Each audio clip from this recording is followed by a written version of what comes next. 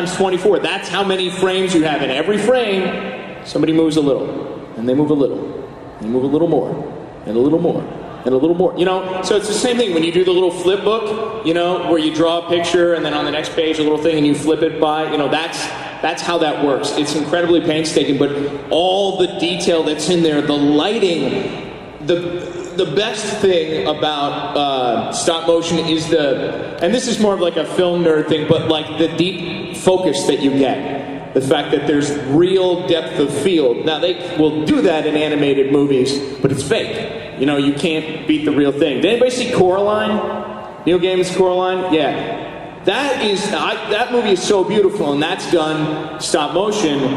And the 3D version of that, because like every animated movie's coming out 3D now, but that 3D kicks the ass of every other one because there's actually 3 dimensions there. There's real depth of field. So you can't beat that. That being said, it takes a long time and can be very expensive to produce, so you know a lot of people are afraid of it. The animation studio that made that, I think was best known for doing a show in the late 90s called the PJs. Have you ever seen that? Eddie Murphy had, a stop motion animated show, and they did all the animation for that. So, anyway, and one more thing. Here's just a little trailer of something that we're starting to work on. This is another kind of cool little program. This is very short. It's called Grandpa's Robot, and this is just like a little teaser for it. But I love the look of the animation in this, and it's basically about these 2 little kids who are like 5 years old, and they go to live with their grandparents out in the country. And their grandfather, he's like an eccentric inventor dude, so he builds them a giant robot to be their playmate and their guardian.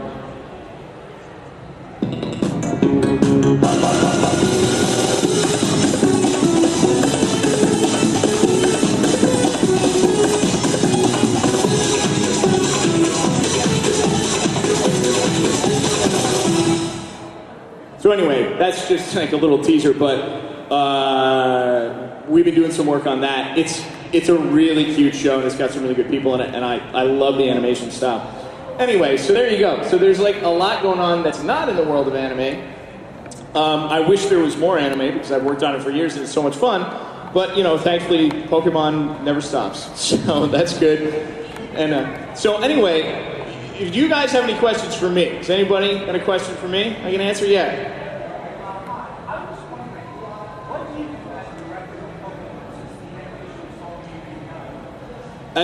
What do I do as a director of Pokemon because the animation's already been done? I'm the voice director. I work with the actors and, you know, get the best performances out of them. You know, try and obviously, you know, we need to match what's on picture, match the lip flaps, match the, you know, the facial expressions, whatnot. But basically, I work with the actors. I direct the actors. I don't direct the animation. Someone in Japan does that very well, thankfully, and it makes my job a lot easier. So, yeah. Yes. It's asking me a baseball question. That's nice to ask me. You know, you're trying to put down the Yankees. Following a year that the Red Sox did not even make the playoffs, and also a year when they're having one of their worst starts in 60 years. But listen, the system, and you know, I don't own the Yankees. My last name is not Steinbrenner. But unfortunately, they are working legally within the system that's been set up. There's no salary cap. They're not doing anything that they're not allowed to do. I get where you're coming from, and I feel blessed that I didn't grow up in Kansas City or something, a team that will never have a chance to win because of the disparity of money. But anyway, anybody else got questions for me? Yeah. Corey for audiobooks, yes.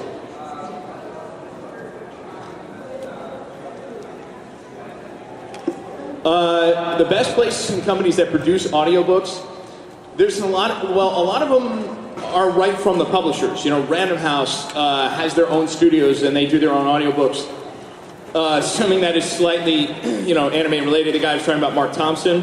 Mark does all the audiobook narration for all of the Star Wars audiobooks. Like all the book series of the books that take place, you know, after Return of the Jedi with Luke and Leia's kids, or Han and Leia's kids, and Luke and, what's her name, Mara Jade's kids and stuff. And they're amazing.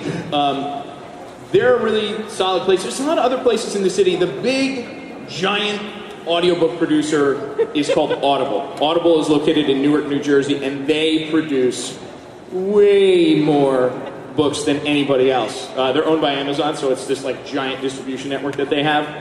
And in some ways, they're like Walmart. They sort of squeezed out mom and pop, but they brought so much more to the market. Audiobooks before used to be a specialty item, but now it's like basically every book gets an audiobook. So, yeah.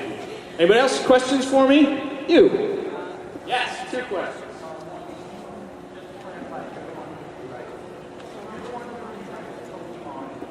No, I am not the adapter of Pokemon.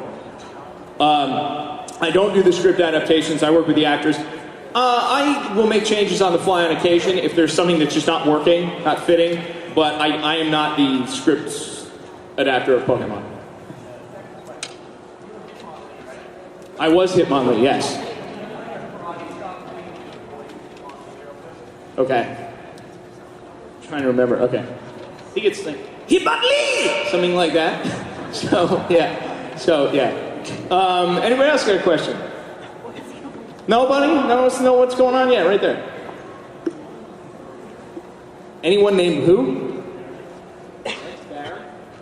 Red Baron? No, I don't know who. Oh, yeah? Okay. So it's an audiobook person he's talking about. I don't know that guy. Sorry. Anybody else? Any questions for me? Want to know about what I do? What's going on? Yeah?